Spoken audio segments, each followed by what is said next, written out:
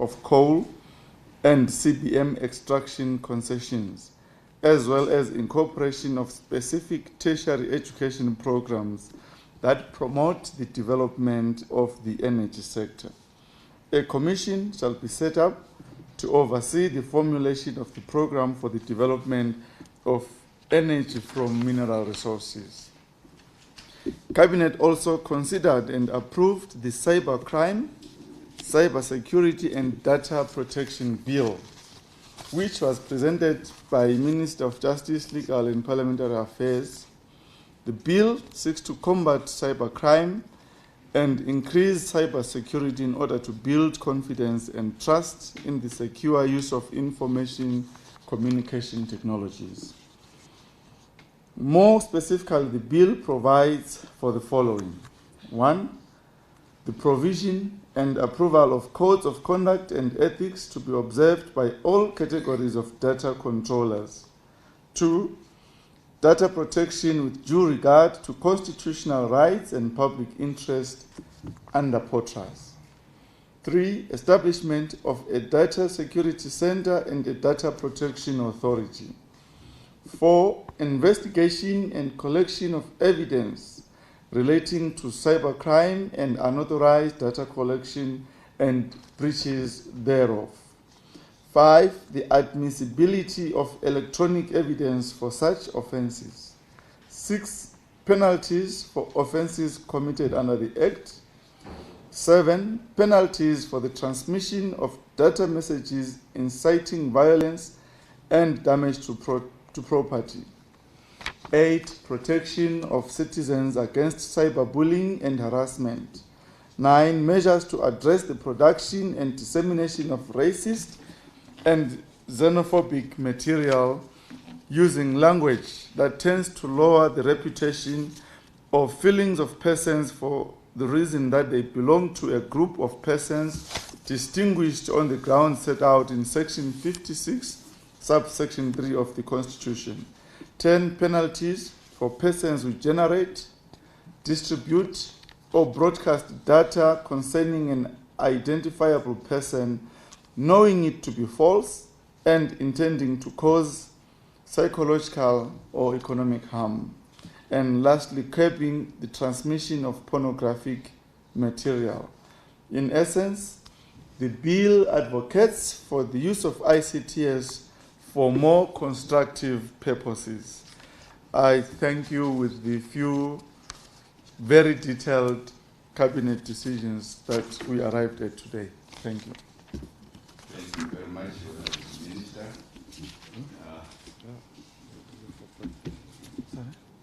No, they're all out. At this juncture, let me welcome any questions from members of the media. Any volunteers?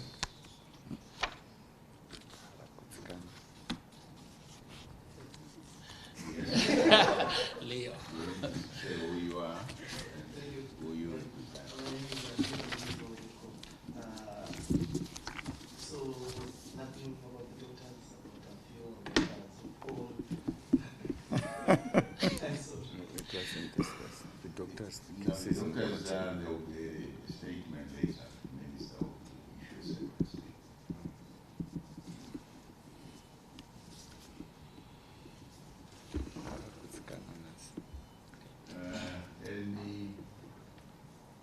Anybody else?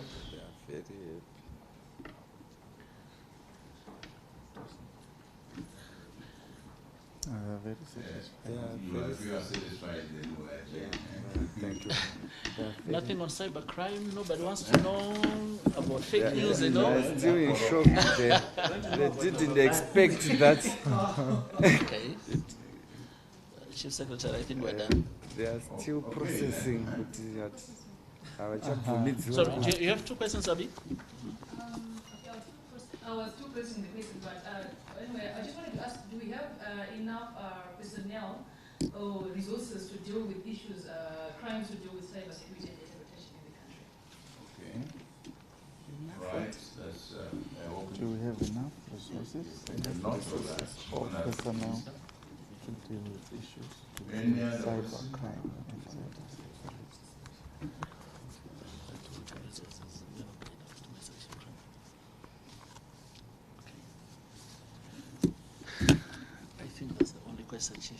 Yeah, so anyway, we can revert back to Honorable Chair for that answer.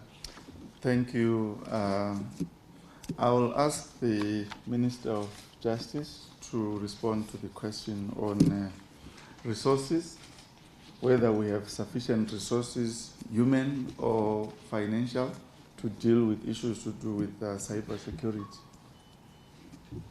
Thank you, Honorable Minister. I think the question of resources will come after we have enacted the legislation. What we have done is we have decided deliberately to have the Cybersecurity Center and the Data Protection Center within Potras, so that will take care of other attendant issues. But everything else will flow after the bill has passed through Parliament, and whatever will be required to be done in terms of the Act will now become a statutory requirement that we avail resources to that sector. And thank you. All right. The last session. Only one question. Yes, please. Thank you, Takuchi Mbakwe from Zimbabwe's TV. To the Minister of Mines, we had the predictions to 2024 and 2030. What about the short-term, goals? Is there a strategy to say by next year, end of next year, we want to have achieved this? Because yesterday when we were in Parliament, stakeholders in industry were talking about implementation timelines. So are there any specific timelines to say we want to be extracting fuel from coal by such a time? Next year we would want to have achieved A, B, C, D, or it's just a blanket term to say 2024 and 2030? Thank you. Okay.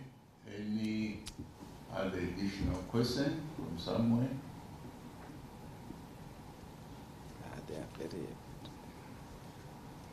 None that side. None. So we have that last question of the session. Back to you, Chair. Thank you.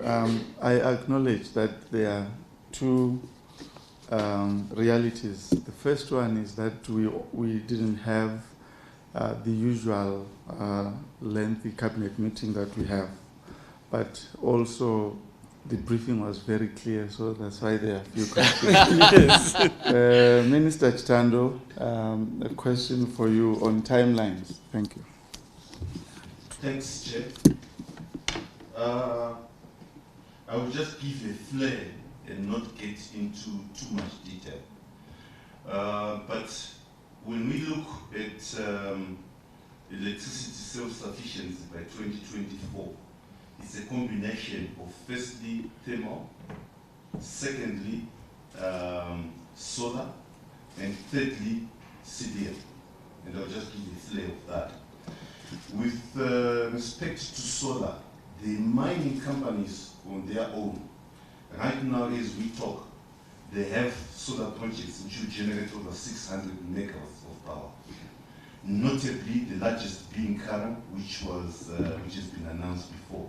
But we do have some who will add on another 325 megawatts.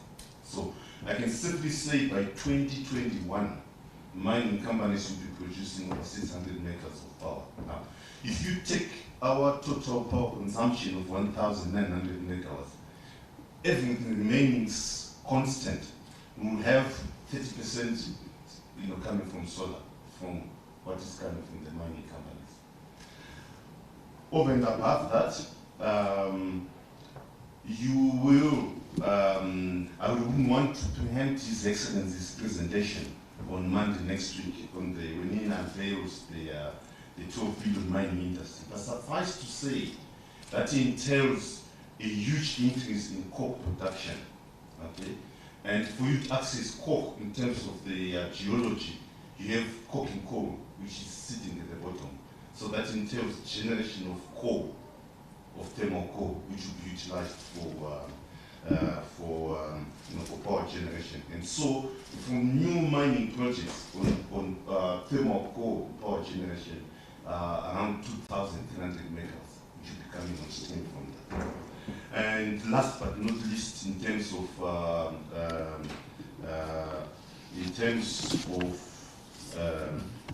power from CPN, we will have at least 100 megawatts by the year 2021, at least. But however, we've got 2 other CPN projects which have not yet to be quantified. With respect to the liquids from coal, there are 3 concessions where work is advanced. We have one in the Pinga district, which is going to bankable feasibility study stage. And we have one in the Kwai area, which is actually 2, which are at 3 bankable feasibility study stage. And all of them combined will give over 1 billion liters of diesel per annum. And if you look at I think the annual consumption is probably 1.8 billion plus minus as a country. So those are some of the milestones which I can just give you a flavor. Thank you, Chairman. Okay. That is the end. Yeah, like said, that was the end. Maybe it's a follow-up, Chief. Is that a follow-up? Oh, okay. We can give you that opportunity. Welcome to Mr. from Joseph. Honorable Minister, you were talking about generating power using coal. That's in 2021 and going beyond. And we are moving in a world where most countries are sort of abandoning coal in respect of climate change. How is that going to move Zimbabwe, or vis-a-vis the climate change policy of Zimbabwe? Okay, any supplementary? The last opportunity? I think that will be definitely the last one. So back to the chair. Thank you. Minister Chitando, a follow-up question. Thank you. I think it's also important to look at things in context. Zimbabwe contributes 0.04% of world carbon emissions. And with the program which I'm talking about, Zimbabwe's contribution will probably mostly be at less than 0.5% of world carbon emissions. Now, you look at it, at a number of the countries we've developed on the basis of their coal and their energy minerals, and they're emitting at much larger percentages. And we want to develop at a percentage which should be less than 0.5%. I